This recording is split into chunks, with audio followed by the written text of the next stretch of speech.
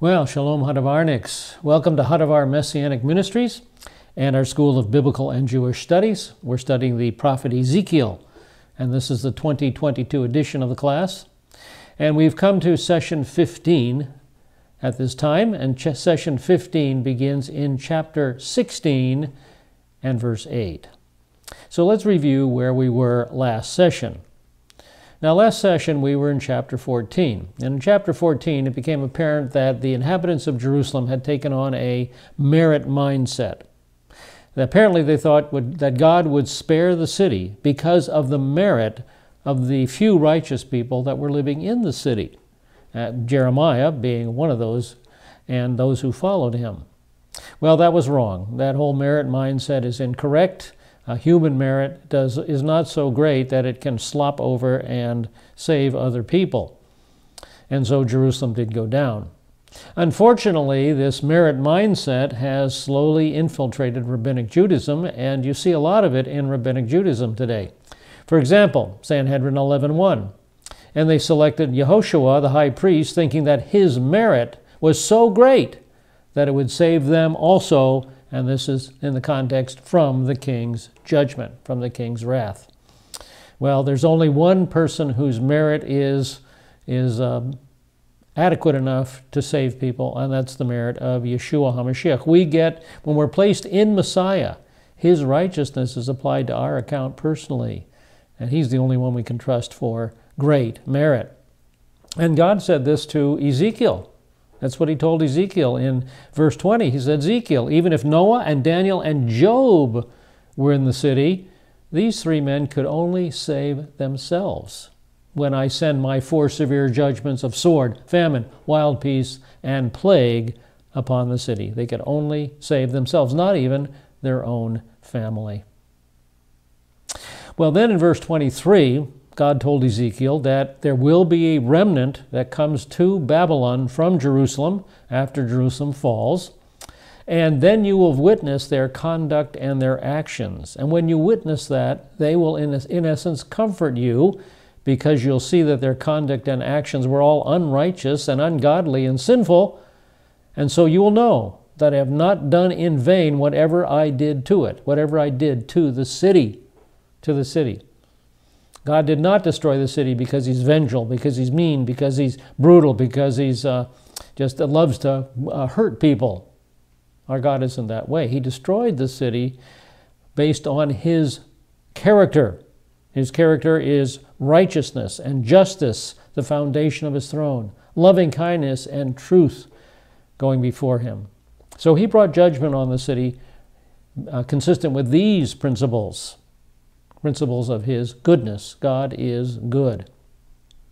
Well, then we moved into chapter 15.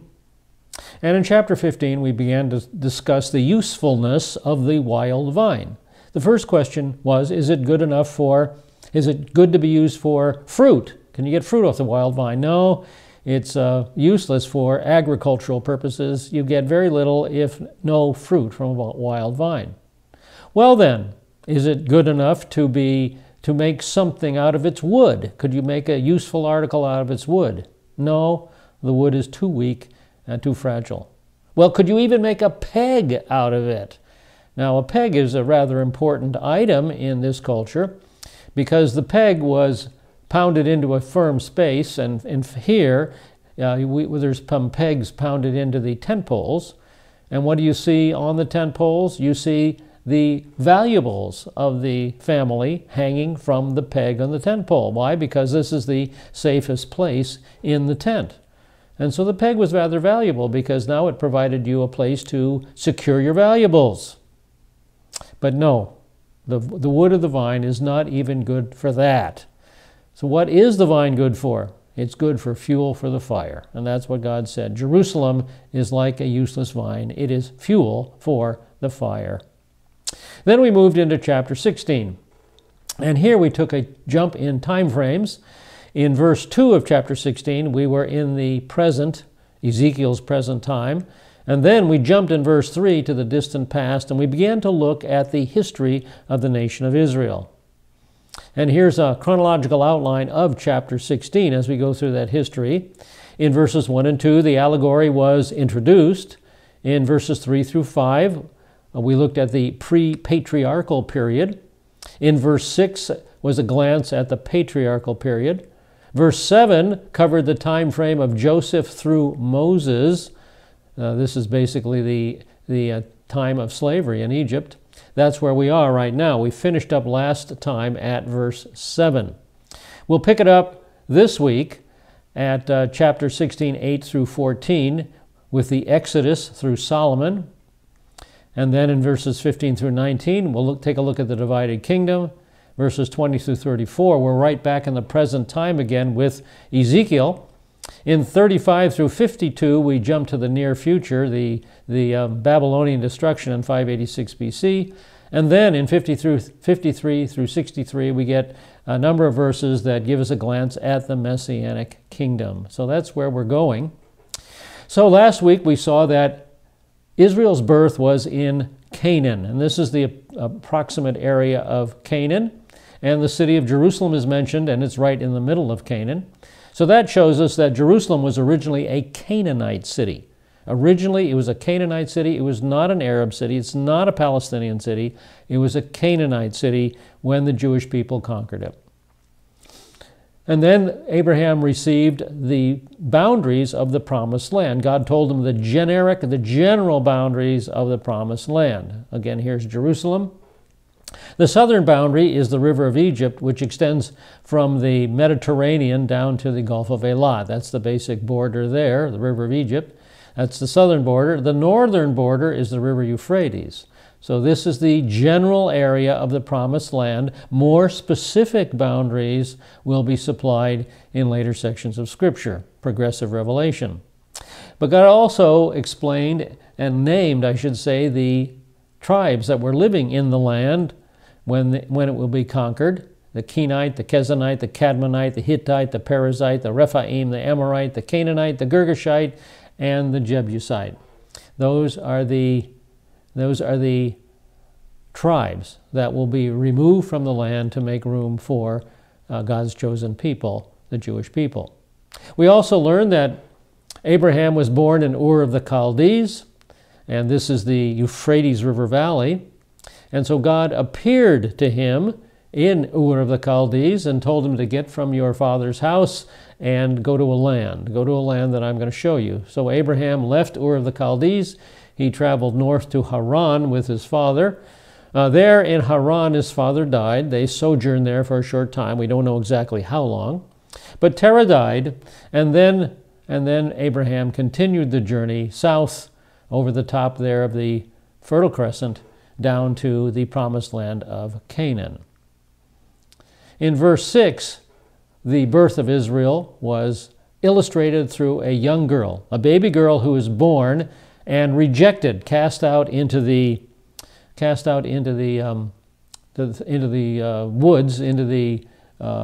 just out on the land in order to die of exposure. But God passed by her, and he said, "Live." And Israel lived. She became numerous like plants of the field. She grew up. She came to the point of requiring fine ornaments and matured. She matured, but she was still naked and bare. And that speaks of the time in the slavery in Egypt, when we had no culture and no particular government of any sort. We were not a nation yet.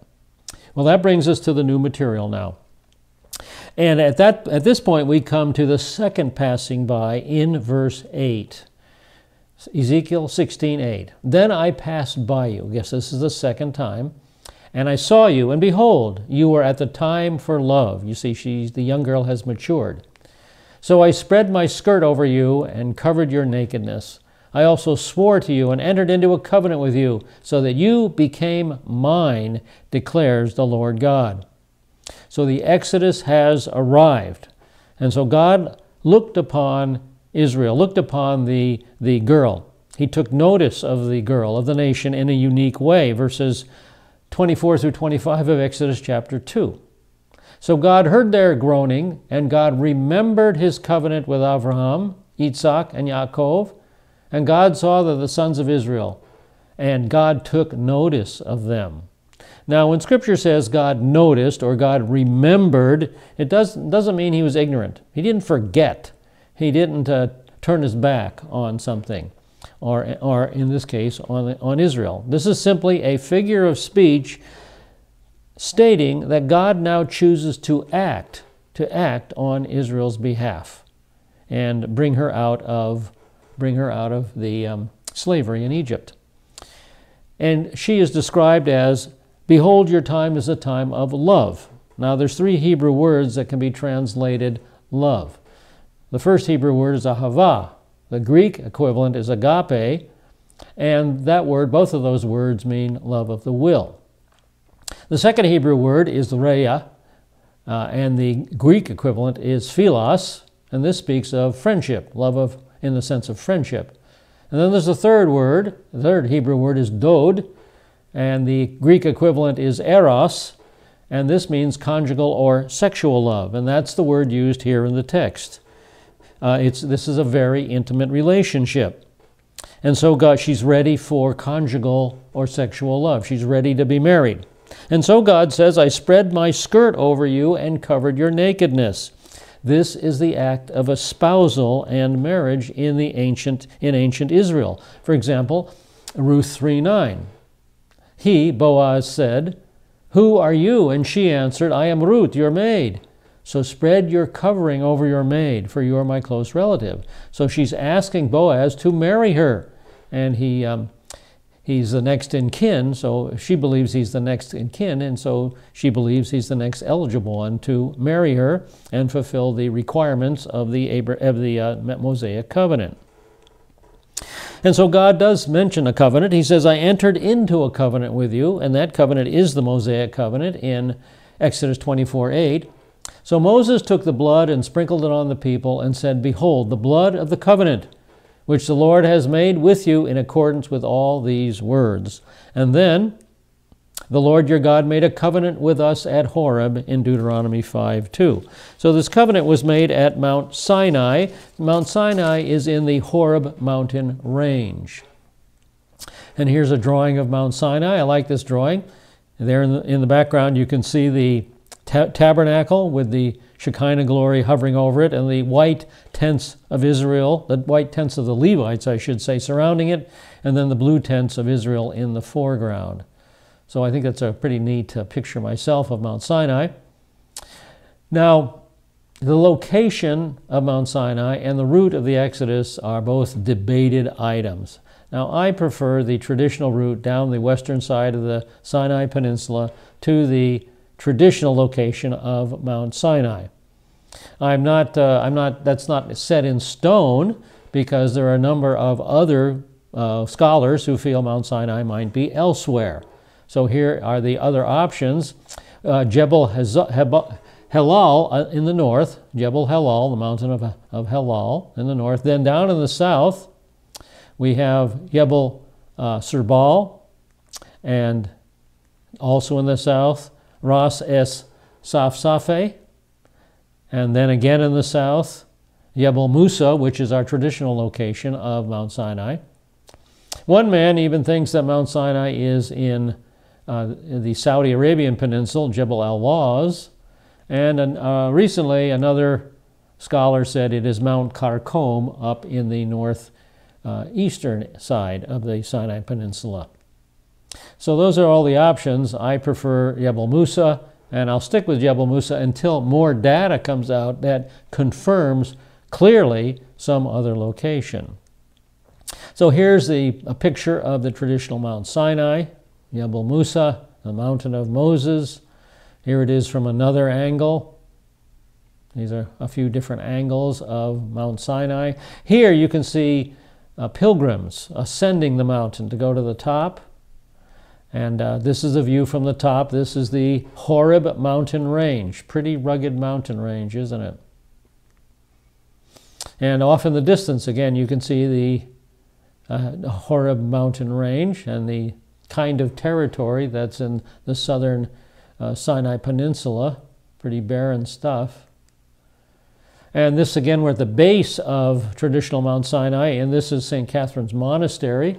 a very famous monastery that's located there. And then if you look off in the distance, right there, you can see a plain. That plain might be the plain where the Israelites camped for their time at Mount Sinai. All right.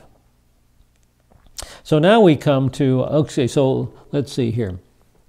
So this covenant that God entered into Israel, with Israel at Mount Sinai, is looked upon as a marriage covenant. It's looked on as a marriage covenant in this chapter and also in Jeremiah 2:2. Go and proclaim in the ears of Jerusalem, saying, Thus says the Lord, I remember concerning you the devotion of your youth, the love of your betrothals, the love of your marriage. You are following after me in the wilderness through a land not sown. It's also viewed as a covenant in Jeremiah chapter 3, verses 1 through 18. It's a long chapter, so I won't share that. Also in Jeremiah 31 and 32. Behold, days are coming, declares the Lord, when I will make a new covenant with the house of Israel and with the house of Judah. Not like the covenant which I made with their fathers in the day I took them by the hand to bring them out of the land of Egypt. See, that's the Mosaic covenant when we exited Egypt in the Exodus. My covenant which they broke. Okay, so the Mosaic covenant was broken by the Jewish people, although I was what? A husband to them, and that's the point here. God was like a husband to us, and yet we broke our covenant with him. And finally, Hosea chapter 1 through chapter 3, verse 5 also looks upon this covenant as a marriage covenant. God said, you became mine, and this is as a wife. And this is brought out in Exodus 19, 5 and 6. Now then, if you will indeed obey my voice and keep my covenant, then you shall be my own possession among all the peoples, for all the earth is mine.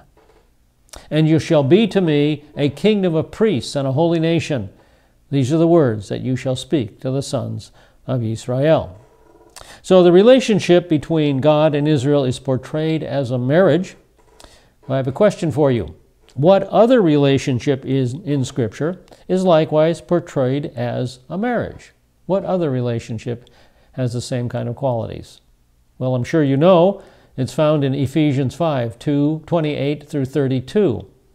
So husbands ought to love their own wives, there's the context, the husband and wife relationship, as their own bodies. He who loves his own wife loves himself. For no one ever hated his own flesh, but nourishes and cherishes it, and here's the comparison, just as Messiah also does the church. Yeshua treats the church as a husband would treat his wife. It's looked upon as a marriage covenant. Well, now we come to the beautification and exaltation of Israel in verses 9 through 14. To begin with, Israel was washed. Then I bathed you with water, washed off your blood from you, and anointed you with oil. So she's thoroughly washed as she is prepared for her marriage to the Lord. You know, she was still a bit beat up from that march out of Egypt to Sinai. And she was also anointed with oil, again in preparation for marriage. And Ruth did the same thing as she prepared to get married to Boaz. Her mother-in-law said to her, wash yourself, therefore, and anoint yourself, and put on your best clothes, and go down to the threshing floor. Do not make yourself known to the man until he's finished eating and drinking. And then when he woke up and found her at his feet, she said, throw your cover over me, marry me. So she's preparing for marriage here. And you know, Israel was also washed before the revelation of Mount Sinai as well. In Exodus 19, 10 and 11, the Lord said to Moshe, go to the people and consecrate them today and tomorrow, and let them wash their garments, and let them be ready on the third day. For on the third day the Lord will come down on Mount Sinai in the sight of all the people. So Israel is washed and prepared, and then Israel is dressed in verse 10. I've also clothed you with embroidered cloth and put sandals of porpoise skin on your feet. And I wrapped you in fine linen and covered you with silk. So he clothed Israel in embroidered work, fancy, expensive clothes. And he put the best of leather The best of leather sandals on her feet, made out of porpoise skin. Now, we really don't know what that kind of leather was. We really don't know what that word means. It's variously translated, sea cow or porpoise skin. I think there's a couple other stabs at translating it. But it was one of the coverings of the tabernacle. That leather was one of the coverings of the tabernacle. Now here's a picture of the tabernacle compound, and over the tabernacle was the dark, weather-resistant outer covering of leather for the tabernacle. So there's that same kind of leather. So he's referring to the time of the tabernacle here. Here's the Timna Park tabernacle model, and again we get a very clear look at the dark, weather-resistant outer covering of leather for the tabernacle.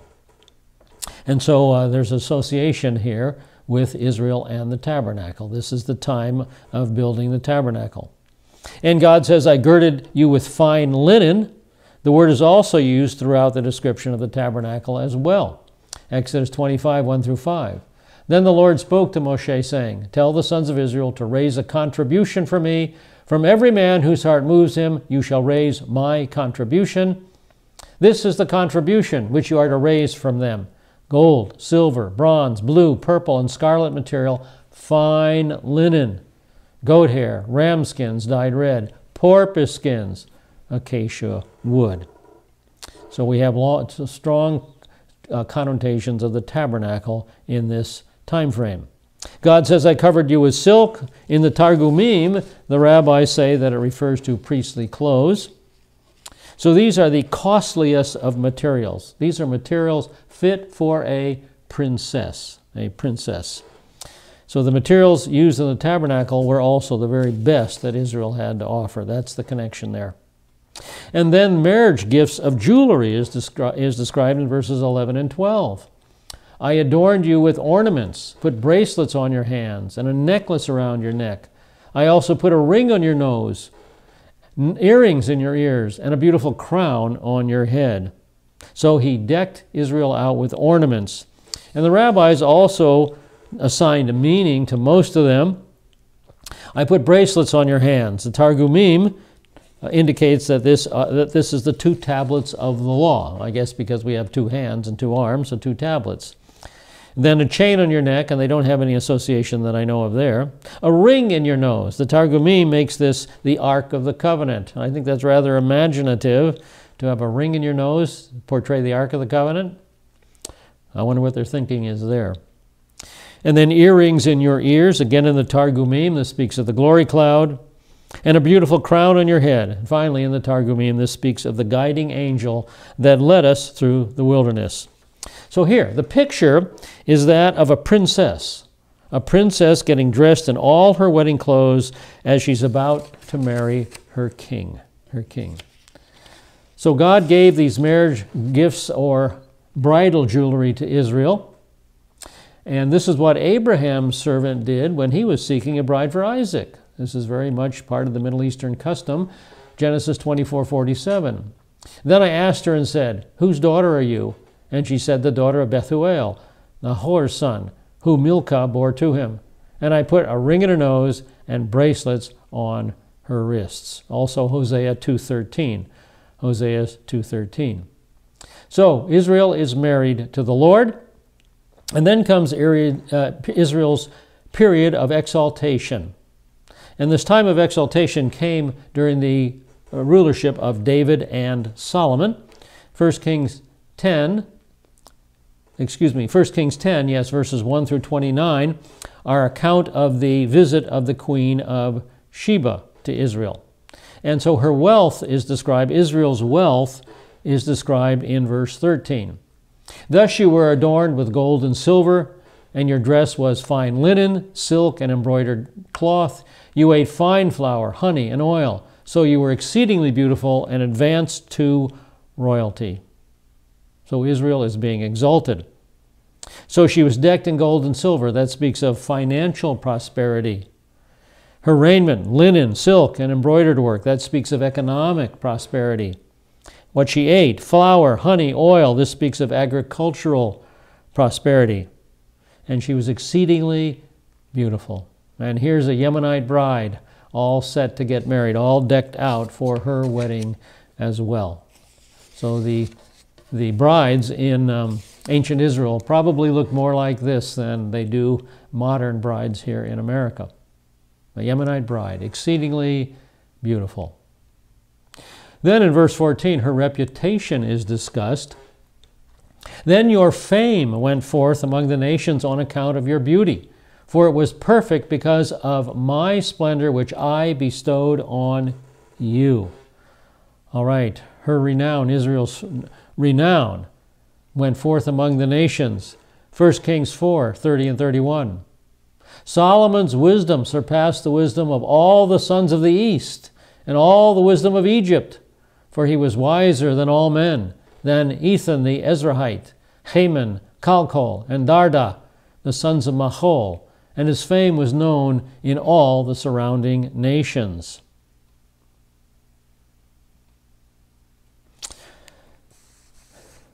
So also 1 Kings 10:1. Now when the queen of Sheba heard about the fame of Solomon concerning the name of the Lord, she came to test him with difficult questions.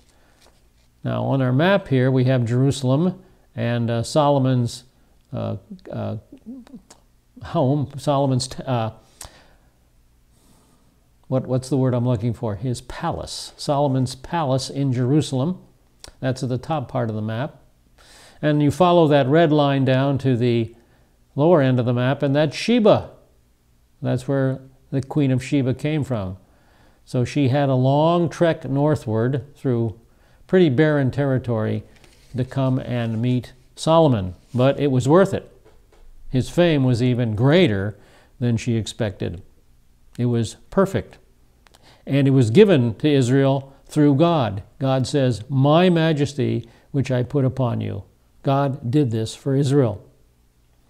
And so the empires of David and Solomon were the height of Jewish glory to date. Now here's a map of King Solomon's possession of the land, and its Jewish possession of land to its greatest extent to date, even today. Here is Saul's kingdom. That was enlarged by King David, and that was enlarged by Solomon. Jewish possession of the land, greatest possession of the land to date. So God has blessed his wife exceedingly, and now comes the great contrast, the great adultery in verses 15 through 34. And the origin and nature of the adultery is idolatry, religious adultery, in verses 15 through 22. So we begin in verse 15 with the statement that Israel played the harlot. But you trusted in your beauty and played the harlot because of your fame, and you poured out your harlotries on every passerby who might be willing. So she trusted in her beauty. She felt she didn't have any need to depend upon her husband, only on her riches and on her beauty. My beauty, my riches will get me through any situation. I'll be okay. You know, and today people do that as well. They trust in their money, they trust in their fame, they trust in their job. I don't know what they trust in, but they don't trust in God. And the only one we can trust in is the Lord. He's the one who will bring us through. He's the only resources we need. So she played the harlot because of her fame, and then she actively sought out customers. She poured out her whoredoms on everyone who passed. Okay? And the same ideas in Jeremiah 3, verse 2. Lift up your eyes to the bare heights and see. Where have you not been violated? By the roads you have sat for them like an Arab in the desert, and you have polluted a land with your harlotry and with your wickedness. Same idea in Jeremiah 3:2. So I want to stop here and just mention a thought of application. And my thought goes like this. Prosperity can be more spiritually detrimental than adversity. Now, we would probably think the reverse is true, that adversity and poverty is spiritually detrimental, but it's not any worse than prosperity. Prosperity can be more spiritually detrimental than adversity. Now, prosperity doesn't have to be. For example, Abraham was very rich, yet he remained faithful, he remained righteous. And so our attitude toward material wealth should be that of Proverbs 30, verses 8 and 9. Here's the attitude we ought to take. Lord, keep deception and lies far from me. Give me neither poverty nor riches. Give me neither poverty nor riches. Then the writer of Proverbs expands on that. Feed me with the food that is my portion, that I not be full and deny you and say, who is the Lord? See, that's what Israel did. We were rich. We became full. So we denied him. We went to other gods. Or, now here's the other side of the coin, that I not be in want and steal and profane the name of my God. So no matter how poor you are, stealing is stealing. Stealing is profaning the name of the Lord. So basically God's advice to us is stay in the middle class. Don't try to become the richest man in the world or the poorest man in the world. Stay in the middle class and ask God to provide for you right there. That's the best place to be. This should be our attitude toward finances. Give me neither poverty nor riches. All right, so now we come to the payment of adultery, and that's using the things that God gave her. So we start with the garments that God gave Israel in verse 16. You took some of your clothes, made for yourself high places of various colors, and played the harlot on them, which should never have come about or happen. So these are colorful hangings, for example, of idolatrous tents. For example, 2 Kings 23:7. He, and this is King Josiah, also broke down the houses of the male cult prostitutes, which are in the house of the Lord, where the women were weaving hangings for Asherah. Okay, or Asherah. This is an idol, a female idol. So they're weaving beautiful hangings for the idolatrous centers that are set up on the high places. So that's how they treated God's garments. And how about his jewelry in verse 17? You also took your beautiful jewels made of my gold and of my silver, which I had given to you, and made for yourself male images that you might play the harlot with them. And notice the emphasis. My gold, my silver. God's gifts, God's resources. So he was the source of all these good gifts. And what did they do with them? They misused them. They made images of them. They made household gods in the form of men. And they played the harlot with them. That is, they worshipped these imageries. Spiritual harlotry. They worshipped these imageries. Jeremiah 10:8 and 9. But they are altogether stupid and foolish in their discipline of delusion. Their idol is wood, simply a piece of wood. It's covered with silver and gold. Beaten silver is brought from Tarshish, and gold from Uphaz, the work of a craftsman, the hands of a goldsmith. This is not the work of God. These idols are just pieces of wood covered over with gold and silver. So Israel has misused the garments and the jewelry. How about the wedding gifts in verse 18? 3 gifts are mentioned. Then you took your embroidered cloth and covered them and offered my oil and my incense before them. So the embroidered garments became clothing for the idols. Jeremiah 10:9b. Violet and purple are their clothing. They are all the work of skilled men. So here's the beautiful cloth that God gave to Israel, and they're being put on idols. And here's modern idolatry. Idolatry is still going on today, and the same attitudes prevail in the mind of a modern idolater. Here is the little idol. And what has it done? It's dressed in beautiful orange garments and embroidered cloth and gold surround the idol's, what is that, an altar? They surround the idol. So the thinking of ancient idolatry is the same as the thinking of modern idolatry. And so gift number 2 was the oil that was set before the idol, and gift number 3 was the incense that was set before the idol. Then they misused the food items in verse 19. Also, my bread which I gave you, fine flour, oil, and honey, which I fed you, you would offer before them for a soothing aroma. So it happened, declares the Lord God. And notice the emphasis again. I fed you. The emphasis is on God's care, God's provision with God's resources of bread, flour, oil, and honey. Now, honey was not allowed under the Mosaic law as part of a sacrifice. It's part of a sacrifice. Leviticus 2:11, no grain offering which you bring to the Lord shall be made with leaven, for you shall not offer up in smoke any leaven or any honey as an offering by fire to the Lord. So it wasn't to be used in a sacrifice, but it was allowed as part of the first fruits ceremony. 2 Chronicles 31:5. And the sons of Israel provided in abundance the first fruits of grain, new wine, oil, honey, and all the produce of the field. And they brought it in abundantly, the tithe of all. So honey was allowed during the Feast of First Fruits. It's part of that offering. Now the act, you set these items before them, meaning the idols, as a sweet savor. And you know, here we have some more modern idolatry, and this is from a different culture. This is from the Chinese culture. But notice the idols are covered with fancy clothes, embroidered cloth, expensive cloth, and before them are the food offerings. So modern idolatry and ancient idolatry are no different. All the attitudes are still the same. All right, we now come to a time frame change. We've been in the distant past up until verse 19. Now as we jump into verse 20, we move into the present time, Ezekiel's present time during the Babylonian exile. And now God brings some of their current religious practices into view, disgusting religious practices. The first one is human sacrifice in verses 20 and 21.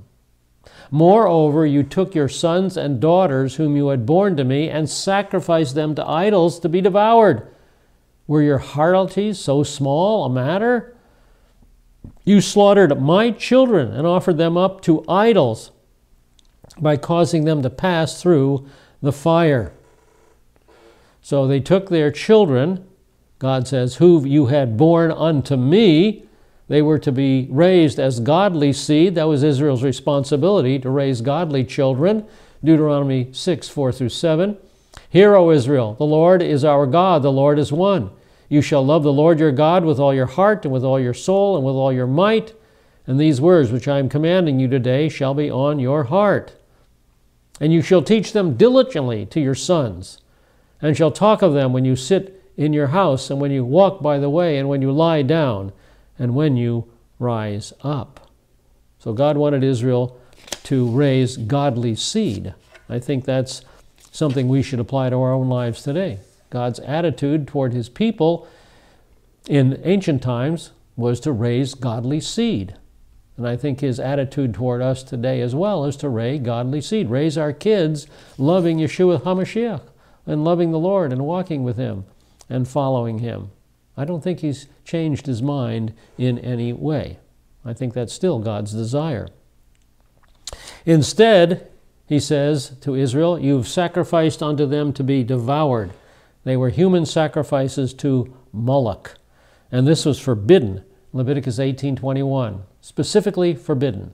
You shall not give any of your offspring to offer them to Moloch, nor shall you profane the name of your God. I am the Lord. Now, Moloch worship was heavily practiced in Ezekiel's day.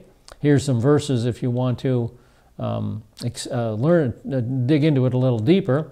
2 Kings 16:3, 21:6, and 23:10. And also Jeremiah 7:31, 19:5, and 32:35. Moloch worship, very heavily practiced in Ezekiel's day. Now here's an explanation of Moloch according to Jewish tradition. This comes from Rashi's commentary, Rabbi Shlomo Yitzhaki, a very famous and important Jewish commentator, speaking on Jeremiah 7:31. He says, Moloch was of copper, and they would heat it up from underneath it with its hands spread out and heated. And they would place the child on his hands, and he would be burnt and moan. And the priest would beat drums so that the father would not hear of his son's voice and take pity. As the son screamed there. Now, also from Smith's Bible Dictionary, the face was that of a calf, and his hands stretched forth like a man who opens his hands to receive something from his neighbor, of his neighbor. And they kindled it with fire. And the priest took the babe and put it onto the hands of the Moloch, and the babe gave up the ghost. The baby screamed in pain and died. Now here's a drawing representing what Moloch worship may have looked like. Now you can see the great statue of Moloch there, and there's a fire built into it. It's brass, and it's hollow, and you can see a fire has been built on the inside of this idol, heating it red hot. And then down in the foreground, you've got the Molochian orchestra blowing their trumpets and beating on their drums, along with those worshipers, one standing, others kneeling before Moloch. And here's the disgusting part. There's the priest, or that could be a father, placing his child into the arms of red-hot Moloch idol. And the drums beating and the horns blowing so the father couldn't hear the screams of his child as the heat devoured the life out of the child. Pretty disgusting worship. And here's two other depictions of Moloch. We don't know exactly what this idol looked like, but you can see here we have a fireplace. It's just a brass idol with fire in its belly to heat it white hot. And on this illustration, you can see the baby in the arms of Moloch. Pretty disgusting stuff. And so God asks a rhetorical question: were your whoredoms a small matter? Of course not. You don't need an answer for that. It's obvious. No, they were not a small matter. They were a big deal. You should slay my children? Is this a small matter, to slay my children? You know, you read that statement, and how does that statement relate to abortion? Psalm 127, 3-5. Behold, children are a gift of the Lord. The fruit of the womb is a reward. Like arrows in the hand of a warrior, so are the children of one's youth. How blessed is the man whose quiver is full of them. They will not be ashamed when they speak with their enemies in the gate. So, every child is God's gift. Why would you want to kill God's gift or reject God's gift? I think this should speak to our modern abortion culture today. All right, so they delivered them up and caused them to pass through the fire, the heat of the brass Moloch idol. All right, so why has this happened? Verse 22. This answers the question. Besides all your abominations and harlotries, you did not remember the days of your youth, when you were naked and bare and squirming in your blood. Israel has forgotten her past. She's forgotten where she came from. She's forgotten that she was rescued by God when she was weltering in her blood, exposed naked and bare in the wilderness. So the origin and nature of Israel's adultery and sin is her forgetfulness. Now the extent of her adultery and sin is described in verses 23-29. So the extent and magnitude, well, let's pick it up in verse 23 with a description of the wickedness. Then it came about after all your wickedness, her spiritual adultery, her spiritual idolatry. Woe, woe to you, declares the Lord. So their wickedness brings God's curse. Now the form of the wickedness was idolatry in verse 24. That you built yourself a shrine and made yourself a high place in every square.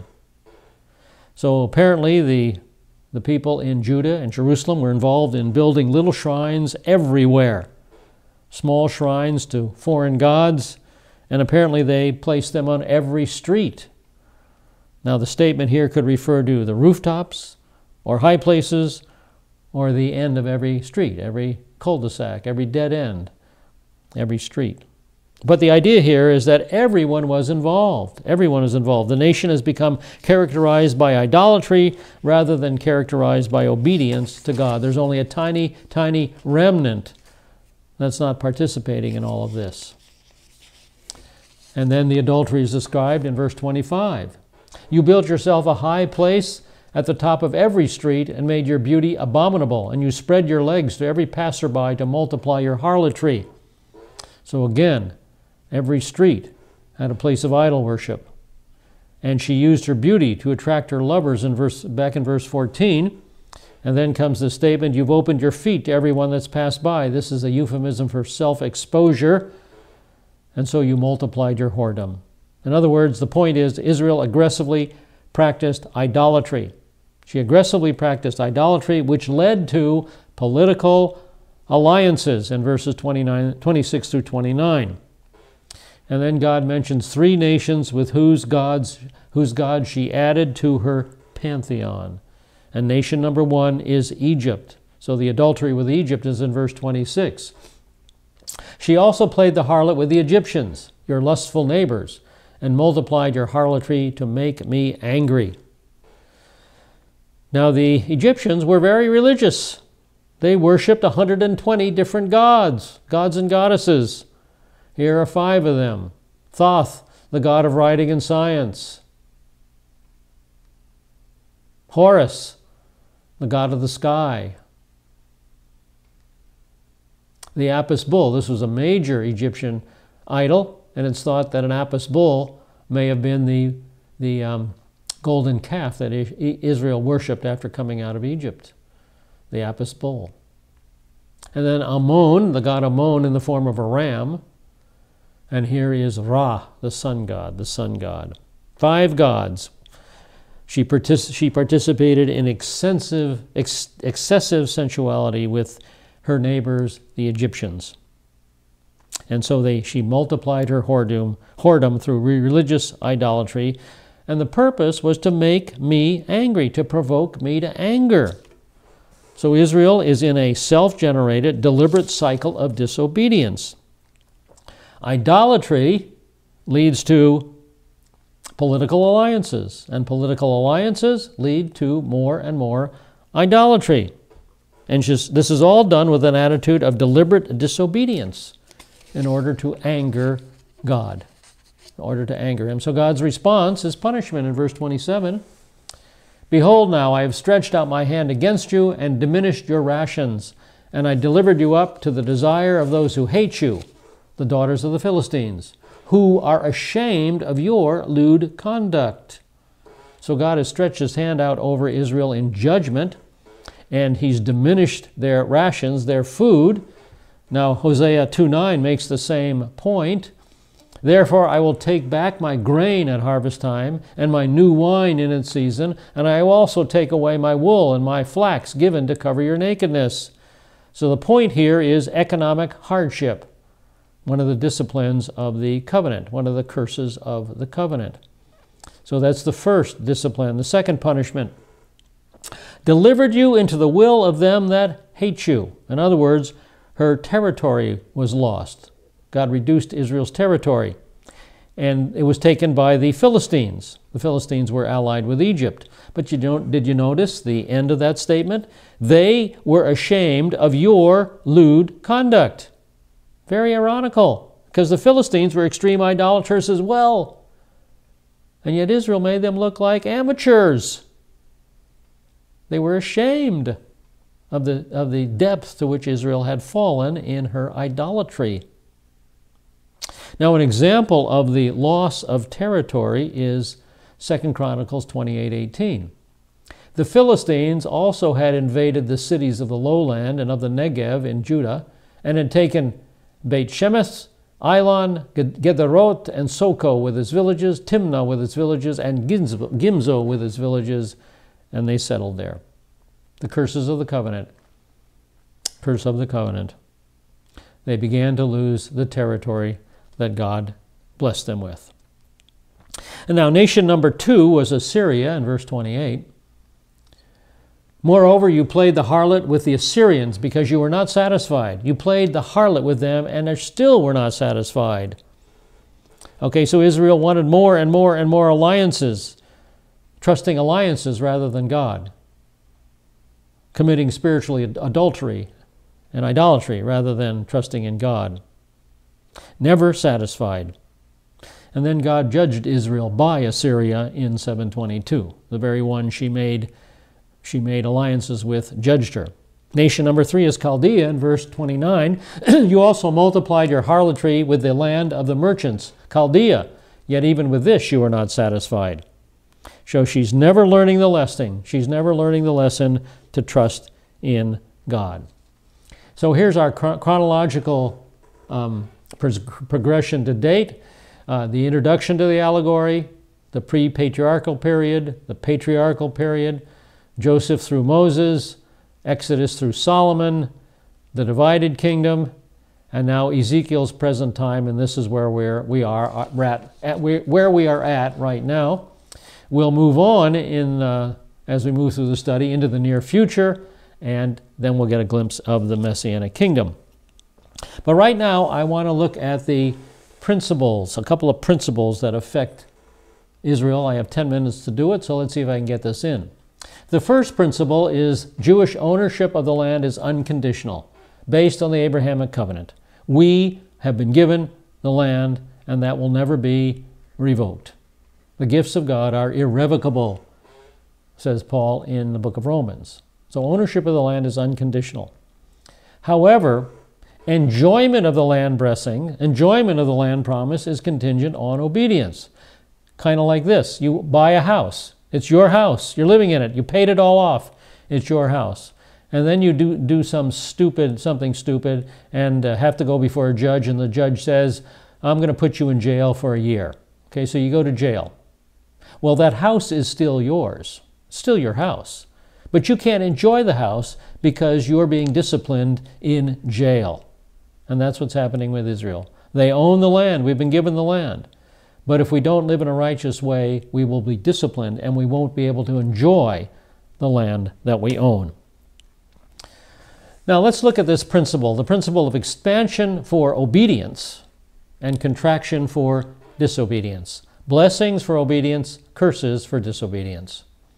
Now here are the boundaries of the modern land of Israel. This is our modern state, and it only takes up a small portion, maybe 1/3, no more than 1/3 of the promised land. Now, I'm going to show you the boundaries of the land accepted by most commentators using Ezekiel 47, 15 through 20, and Numbers 34, 1 through 12. This is the land that a lot of commentators say will make up the millennial kingdom, the millennial Israel. I don't accept that. I think that Ezekiel 47 and Numbers 34 may be the initial borders of the kingdom. I don't have any problem with that. But the final borders of the land are derived from a more extensive use of cross-references. And this, I believe, is the final borders of the land.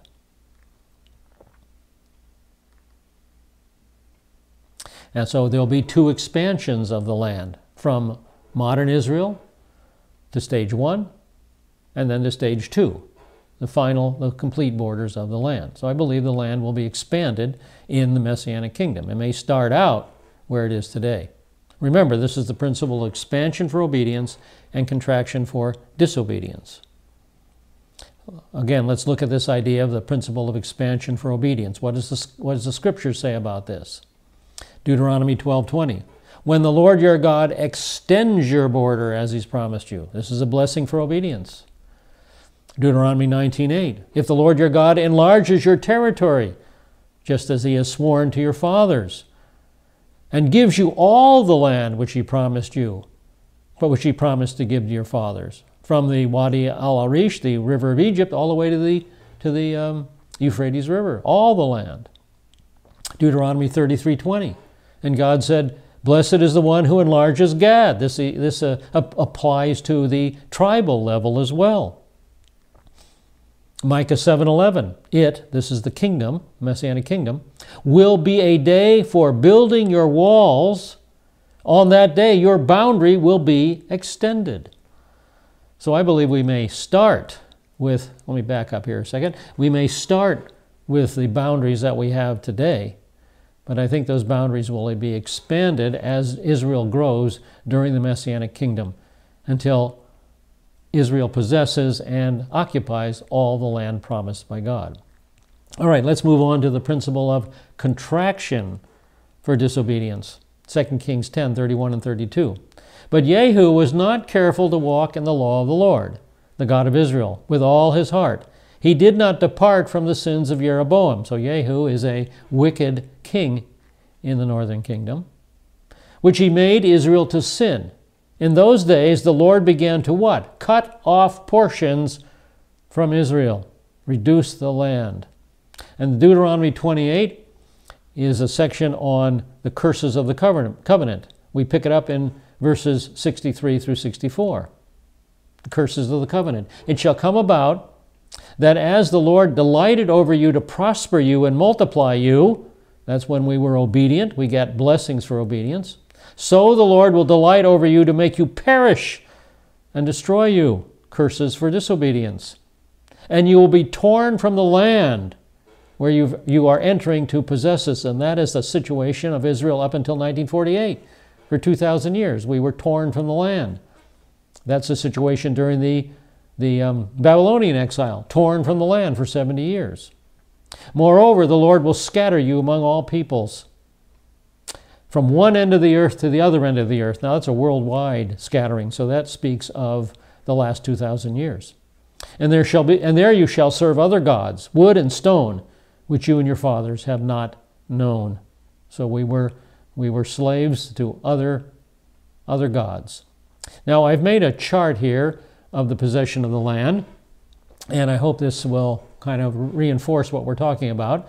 I have time period in one column, and then estimated percentages of the land that we owned in the vertical columns. All right, we begin with the time of Abraham. Abraham didn't own any land until he bought the burial plot where he buried his wife. So Abraham, didn't own the land at this point in time. Then under the judges, when we came out of Egypt, we gained maybe 20% of the land. Then under the United Kingdom, our possession of the land, our occupation of the land rose to about 70%. And this is Solomon's kingdom. Remember, Jewish possession of the land at its greatest extent. Saul's kingdom, David's kingdom, Solomon's kingdom. That's about 70% of the promised land.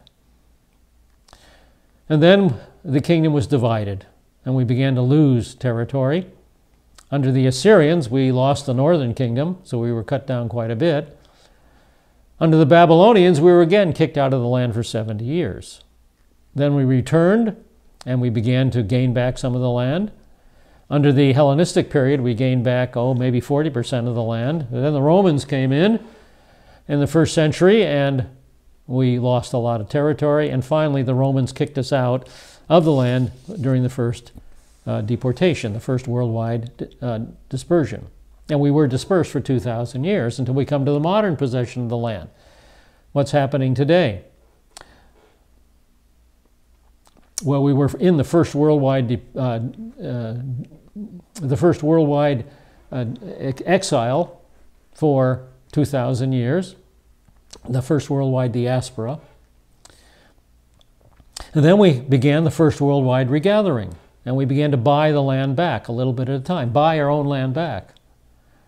And then we came to the War of Independence, where we gained some more land, about 30% of the land. And then the Six-Day War, we gained a little bit more. And then throughout the modern wars, the Yom Kippur War and the Lebanon War and the Gulf War, our territory remained stable. And then the peace process began. How ironic. We began to lose land. So what will happen in the near future? We don't know where it's going to go in the future. Are we going to gain land back, annex the West Bank, or are we going to lose land? We'll have to see what happens. But we do know that we will be kicked out of the land in the middle of the tribulation period for the second worldwide dispersion. Second worldwide dispersion. We'll be out of the land entirely again, almost entirely. It'll be only a small, tiny remnant in the land. But then Yeshua will return. He'll save his people. He'll destroy his enemies, Israel's enemies, and will enter the kingdom. And then, at the second worldwide regathering, will possess all of the promised land of Israel. So, a summary of the boundaries of the land. The land will expand. The boundaries of the land will expand from what we have today until we possess all of the promised land that God promised to Abraham, Isaac, Jacob, and the Jewish people. All right, well, I see I am out of time. And we're working through Israel's idolatry and political alliances. So we'll pick it up at verse 30. We'll pick it up at verse 30. There we go. And we'll take a look at the degree of degradation that Israel had descended to. She was an impudent harlot at this time. So we'll take a look at that next session. All right, I think you'll find that session fascinating and interesting and applicable to our lives as well. So we'll see you next session. Lahithraot. Lahithraot.